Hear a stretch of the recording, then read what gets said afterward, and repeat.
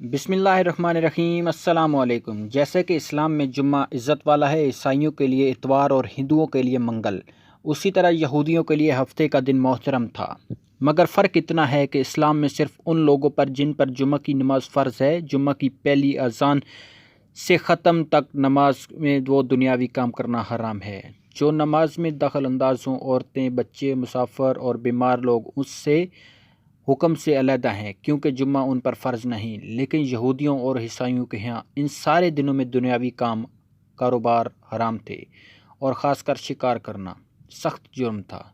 موسیٰ علیہ السلام کے بعد یہ واقعہ پیش آیا کہ بنی اسرائیل کی ایک جماعت بحر کلزوم کے کنارے شہر اہلیہ میں رہتے تھے، جو مدینہ منورہ اور شام کے درمیان تھے۔ یہ لوگ مچھلی کے بہت شوقین تھے۔ رب کی شان یہ کہ ہر ہفتہ اس دریا میں بے شمار مچھلیاں نمودار ہوتیں، یا تو ان کے امتحان کے لیے یا اس مچھلی کی زیارت کے لیے جس کے پیٹ میں حضرت یونس علیہ السلام رہتے تھے۔ باقی دنوں میں مچھلیاں غائب ہو جاتی تھیں۔ ان کے منہ میں پانی بھر آتا اور سوچتے کہ کس ترتیب سے ان کا شکار کرنا چاہیے جس سے شکار بھی ہو جائے اور ہفتہ کے دن کی بے حرمتی بھی نہ ہو۔ آخر ان عقل مندوں نے یہ حل سوچا کہ دریا کے ارد گرد بہت سے گہرے غار کھود دیے اور دریا سے ان غاروں تک نالیاں بنا دی۔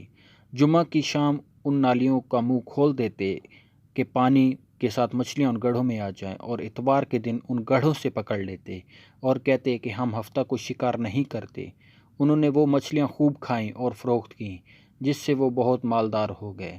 40 یا 70 سال تک یہ کام رہا۔ یہ لوگ کل 70,000 تھے۔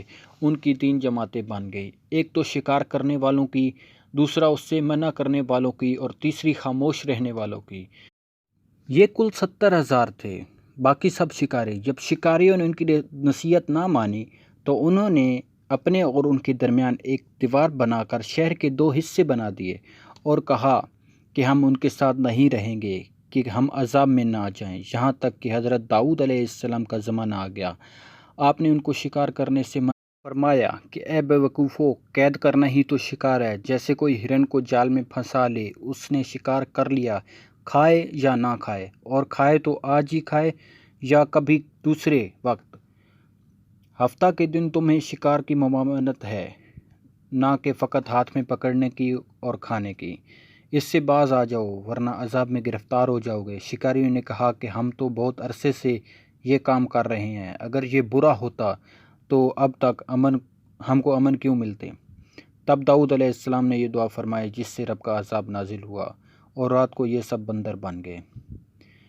ان کی عقل و ہوس تو باقی رہی، مگر ان کی قوت گویا جاتی رہی اور جسموں سے سخت بدبو نکلنے لگی۔ صبح کے وقت اس محلے کو لوگوں نے دیکھا کہ نہ تو کوئی اس محلے سے کوئی آدمی آتا ہے اور نہ کوئی آواز، نہ کوئی دھواں وغیرہ نکلتا ہے، تو یہ سب دیوار پر چڑھ کر ان کے گھروں میں داخل ہو گئے۔